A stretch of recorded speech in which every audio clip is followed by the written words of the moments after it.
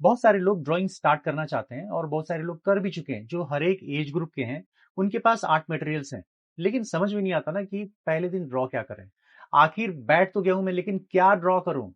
कई सारे लोग तो पोर्ट्रेट सीनरी से स्टार्ट करते हैं, लेकिन रिजल्ट क्या होता है कि आउटपुट वैसा नहीं आ पाता है। इसके पीछे का रीजन ये है ना, ड्राइंग फंडामेंटल्स, ड्राइंग बेसिक्स। अगर वो जब तक आपका स्ट्रांग नहीं रहेगा, आप पेंसिल कैसे होल्ड करते हैं, कैसे स्मूथ पेपर पे अपने पेंसिल को रन करते हैं, कैसे शेडिंग करते हैं, ये सब जो पेंसिल का प्रेशर है, इन सब के बारे में आपको नहीं पता चलेगा। जैसे इंपॉर्टेंट पार्ट ये होता है ना कि लाइटिंग, टेक्सचर, इन सब के माइन्यूट चीजें जो लोग इग्नोर कर देते हैं ना, आपको नहीं करना है। और आप लोग सही जगह पे आए हो। और हाँ, ये ना अकेले अकेले नहीं सीखना है, आपको शेयर भी करना है, बाकी लोगों तक भी ये वीडियो पहुंचाना है। और अगर आप नए हो ना तो चैनल को सब्सक्राइब जरूर कर लेना। तो यहाँ पे ज्यादा बातें नहीं करते हैं, चलते हैं अब पेपर की तरफ।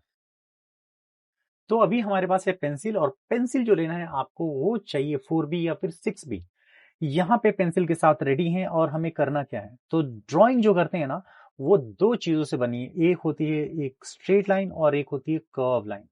तो सारी ड्राइंग इसी के इर्द गिर्द घूमती है। पहला दिन है आज, और पहले दिन में हमें करना है कुछ ऐसा काम जो हम लोगों ने आज तक नहीं किया है, और वो है कि पेंसिल को कैसे होल्ड करते हैं वो हमें सीखना है।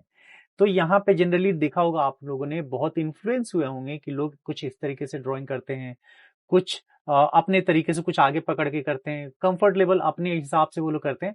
लेकिन इनिशियली जब आप ड्राइंग स्टार्ट करते हैं ना, तो आपको कुछ फॉलो करना पड़ेगा, कुछ मेरी बातों को। जैसे ये यहाँ पे देख रहे हैं ना, तो 2 फिंगर्स मैंने यहाँ पे देखो ना, टिप जो है वहां से 2 फिंगर लेना है, और ये सी एक स्टैंडर्ड प्लेस है ड्राइंग में जब आप इनिशियली ड्राइंग स्टार्ट करते हो। तो पहला पड़ाव हम लोग पार कर चुके हैं, और यहाँ पे ना अब क्या करना है हम लोगों को, सबसे पहले तो ये जो हमारा हाथ है ना उसको फ्री करना पड़ेगा।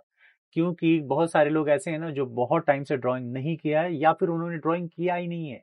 तो यहाँ पे ना पहले अपने हैंड को फ्री करना, ये जो मोमेंट है ना, मोमेंट को एकदम रिदम में लेके आना है। तो रिदम में लाने के लिए एकदम फ्री फ्लो होना चाहिए। जनरली क्या होता है ना कि अगर मैं बोलूँ कि स्ट्रेट लाइन करने के लिए ना, तो बहुत सारे लोगों का ना ये जो शेक होता है हैंड, और ये जो परफेक्ट लाइन नहीं बन पाता है। तो इसके लिए हमें क्या करना चाहिए, या फिर बहुत सारे लोग को देखा है मैंने कि वो लोग डॉट बनाते हैं। इनफैक्ट बच्चों को भी डॉट देते हैं बना के, और बोलते हैं कि इसको ये मिक्स करो, लेकिन ये भी परफेक्ट नहीं होता है। ये जो देख रहे हो ना, ये कुछ इस तरीके से हो, कॉन्फिडेंट स्ट्रोक्स नहीं आते। तो अभी जो इनिशियली जो आप करोगे ना, पेंसिल पकड़ो ऐसे, और पकड़ने के बाद ना पहले तो आपको पेपर पे बहुत ज्यादा पेपर पे हैंड नहीं रखना है, रिस्ट्रिक्ट नहीं कर देना है। तो अगर रख दोगे तो ये पूरा का पूरा जो है ना आप नहीं कर पाओगे। जैसे मान लो ये पेपर है ना, अगर मैंने रख दिया ना, तो ये मैं नहीं कर पाऊंगा। मूवमेंट जो है ना, हमारा सर्कल बस इतना ही बन पाएगा, इससे ज्यादा का रेंज हम टच नहीं कर पाएंगे। तो हमें क्या करना चाहिए, तो इसको क्या करो, ये जो हमारा सरफेस है, और ये सरफेस पे ना आपको हैंड या फिर ये देखो ना फिंगर एक आप सपोर्ट के लिए ले लो, और जितना चाहोगे उतना बड़ा आप सर्कल ऐसे बना सकते हो। ये एक बेनिफिट है, तो ये आप करो। दूसरा पड़ाव भी पार कर चुके हैं हम लोग। तो यानी कि आप यहाँ पे क्या कर सकते हो, हैंड को फ्री करने के लिए यहाँ पे कुछ वार्म अप टेक्निक्स हैं। कोई ऑब्जेक्ट नहीं, कोई सब्जेक्ट नहीं, कोई भी शेप नहीं, यहाँ पे सिर्फ और सिर्फ हैंड को फ्री करना है। ये जो देख रहे हो ना, हो सकता है कि पहली बार में इतना परफेक्ट ना हो। क्या करोगे आप कुछ भी बनाओ, कुछ भी कैसे भी करके आप जितना हो सके अपने हैंड को फ्री करो। धीरे धीरे जब 20 टाइम्स 50 टाइम करोगे ना, तो जो आपने ये लाइन बनाई है और दूसरी लाइन बनाओगे तो ये परफेक्ट हो जाएगी। इनफैक्ट तो मैं कहता हूं कि अगर आपने परफेक्टली अगर अच्छे से प्रैक्टिस किया ना, तो आपको स्केल की भी जरूरत नहीं पड़ेगी। और ये सिर्फ मैं बना रहा हूँ हॉरिजॉन्टल लाइन, इसका मतलब कि यही प्रैक्टिस करना है ऐसा नहीं है, आपको ये सब करना है। और ये हमें ना अपने कंफर्ट जोन से बाहर निकलना पड़ेगा। सबसे पहले तो आपको लेफ्ट टू राइट बहुत अच्छे से हो जाता है सबसे, लेकिन यहाँ पे ना जब मैं वार्म अप बताऊंगा तो ये आपको राइट टू लेफ्ट भी लेके जाना है।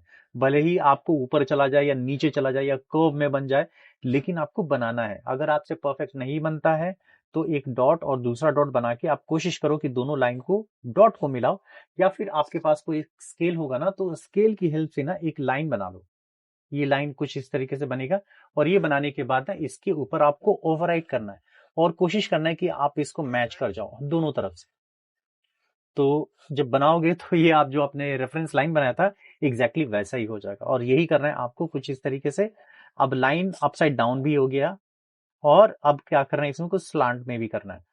तो इससे क्या हो बेनिफिट होगा कि हर एक डायरेक्शन में आपका जो हाथ जो है ना वो चलने लगेगा। बेनिफिट इससे क्या होगा?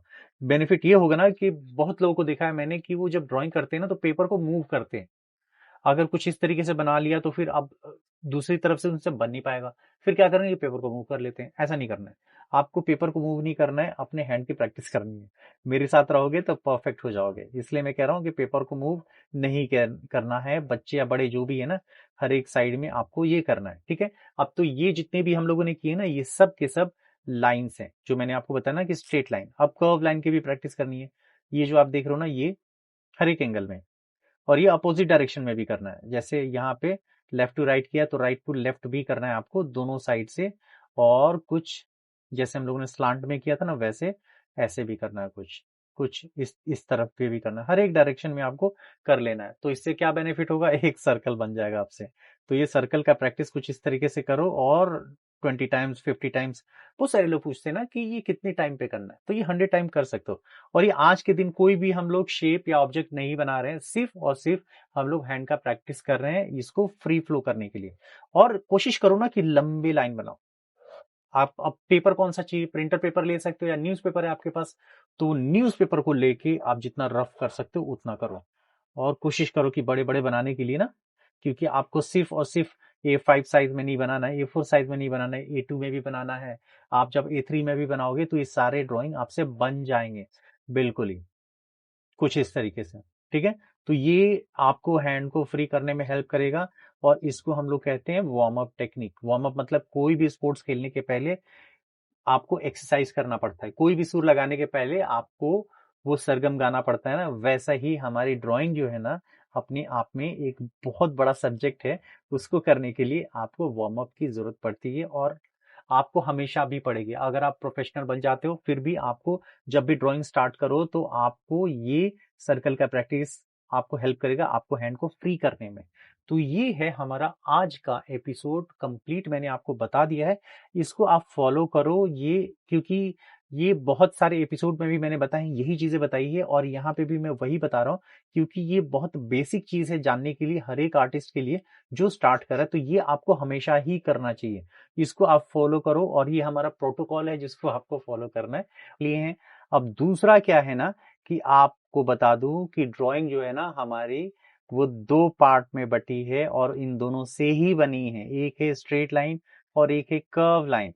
कर्व लाइन के कई सारे टाइप्स होते हैं, स्ट्रेट लाइन के भी कई सारे टाइप्स होते हैं। जैसे आपने देखा हॉरिजॉन्टल लाइन, फिर आपको ऐसे कुछ इस तरीके के लाइन मिल जाएंगे अपसाइड डाउन, और इसके अलावा आपको कुछ इस तरीके से स्लांट लाइन भी मिल जाएंगे जो हर एक डायरेक्शन में होंगे। वैसे ही कर्व में भी आपको हर एक डायरेक्शन में कुछ इस तरीके से लाइन मिल जाते हैं स्लांट में। और ये सब मिलके क्या बनता है, आपको एक बनता है एक सर्कल। और ये स्ट्रेट लाइन मिलके बनते हैं। अगर आप कुछ इस तरीके से बनाओगे तो ये बन जाएगा एक बॉक्स, जिसको हम लोग स्क्वायर भी बोलते हैं। स्क्वायर के साथ साथ हमारा एक ट्रायंगल भी आ जाता है, ये ट्रायंगल भी बन जाएगा। और इसके साथ साथ अगर आप स्ट्रेच करोगे तो रेक्टेंगल बन जाएगा। अब ये सर्कल है, सर्कल के साथ एक और शेप बनता है, उसको हम लोग कहते हैं ओवल। ओवल को भी हम लोग हर एक डायरेक्शन में बना सकते हैं। और यहाँ पे क्या करना है आपको, जो भी आप बनाओगे ना, जो ये जो स्क्वायर बना रहे हैं हम लोग, तो स्क्वायर को ना कभी भी ना ऐसे नहीं बनाना है, एक साथ नहीं बनाना है। इनिशियली ना आपको कभी भी ना एक एक लाइन जो है ना आपको ड्रॉ करना है, जिसका प्रैक्टिस हम लोगों ने किया है। तो ये करने के बाद कुछ इस तरीके से बनाना है। जो भी आप अगर रेक्टेंगल भी बनाते हो तो ये हमें कुछ इस तरीके से बनाना है ये। और ट्रायंगल में जैसे मैंने आपको बताया, तो ये जो ट्रायंगल है कुछ इस तरीके से। तो अब एक्चुअली हमारा प्रैक्टिस क्या करना है यहाँ पे, अब मैं आपको बता दूं। तो जो भी आप बनाओगे ना, यहाँ पे देख रहे हो ना कि जो हम लोगों ने स्क्वायर बनाया ना, तो स्क्वायर के अंदर आपको एक और स्क्वायर बनाना है। अब इसमें क्या होगा, इसमें आप फोकस करोगे किस चीज का, कि ये लाइन और ये लाइन टच ना हो। तो अब आपको यही कंटिन्यू करना है। आपको यहाँ पे जितने भी स्क्वायर हैं, स्क्वायर के अंदर पूरे फोकस के साथ, इससे क्या होगा, आपका कंसंट्रेशन बढ़ेगा। तो ये आपको मैच करना है, और लाइन को ना परफेक्टली एक डिस्टेंस देना है, इक्वल डिस्टेंस देना है। तो अब इसका बेनिफिट आपको बहुत जल्दी ही मिलने वाला है। और यहाँ पे देख रहे हो तो एक एक करके पूरे फोकस के साथ हम लोगों ने यहाँ पे इसको बना भी लिया। ठीक है, इनिशियली आपको हो सकता है कि पहले दिन में या फर्स्ट टाइम में परफेक्ट ना बने, लेकिन ये आपको इसकी प्रैक्टिस करनी है। ठीक है, तो ये जैसे आप ट्रायंगल देख रहे हो तो ट्रायंगल को भी इस तरीके से आप बना सकते हो। जैसे मैंने आपको बताया ना कि पहली बार में परफेक्ट नहीं बनेगा तो गिव अप मत करना, मैं आप लोग के साथ हूँ और ये कुछ इस तरीके से आप बना सकते हो। ठीक है, ये तो जितनी रिपीटेशन जितनी आप डिटेल में कर सकते हो उतना ज़्यादा अच्छा है। जैसे यहाँ पे मैंने आपको बताया था ना कि रेक्टेंगल में भी, तो रेक्टेंगल में भी कुछ इस तरीके से आप लोग इसको ऐसे बना सकते हो, एक एक करके सारे ही। अगर आप पहली बार में अगर बना रहे हो तो थोड़ा स्लो भी बनाओगे तो चलेगा, ये एक एक करके लेकिन बनाना है आप। ठीक है, तो ये पूरा का पूरा जो है ना लाइन के थ्रू हम लोगों ने बनाया। अब इसके बाद हम थोड़ा मूव करेंगे सर्कल पे। तो सर्कल हम लोगों ने बना लिया है और सर्कल अब थोड़ा परफेक्ट भी बनने लगा है, आपको भी कॉन्फिडेंस आने लगा है। तो ये जो है ना एक लाइन बनाना और एक सर्कल बनाना दोनों बहुत डिफरेंस होता है। इसका हम लोग क्योंकि हम लोग इसका प्रैक्टिस ज्यादा करते हैं, डे टू डेली लाइफ में बहुत यूज करते हैं, इसका कम यूज करते हैं। तो इसके लिए ना आपको क्या करना पड़ेगा कि कोशिश करो कि ये जो डॉट्स है ना, 4 डॉट्स, इसके अंदर आपको मिलाना है आराम से, कुछ इस तरीके से आपको बना लो। ठीक है, ये कुछ इस तरीके से, और जितना बनाओगे उतना परफेक्ट बनेगा। देखो जितना मैं बनाता जा रहा हूँ और ज्यादा परफेक्ट होता गया। ये जो first second third four line है वो ज्यादा परफेक्ट हुआ है। तो वही चीजें आपको ओवल में भी है, और ये हर एक डायरेक्शन में आपको बनाना है। अगर मैंने एक स्टैंडिंग लाइन में बनाया तो अब इसको अगर थोड़ा आपको कुछ इस तरीके से बनाना हो तो ये बना सकते हो। इसलिए मैं कह रहा हूँ कि आपका जो कंफर्ट जोन है ना उससे बाहर निकलना है, और हर तरीके के लाइन जो है ना वो आपको बनाना है ऐसे कुछ इस तरीके से। इससे क्या होगा ना, आपकी ड्राइंग जो है ना बिल्कुल ही फोकस में रहेगी। ये सब जो बना रहे हो इसको और ज्यादा कुछ कुछ इस तरीके से आप बनाते जाओ इक्वल डिस्टेंस में ना। जितना प्रैक्टिस करोगे उतना ज्यादा परफेक्ट होगा। तो ये हमारा आज का एपिसोड है और यही प्रैक्टिस आपको करनी है।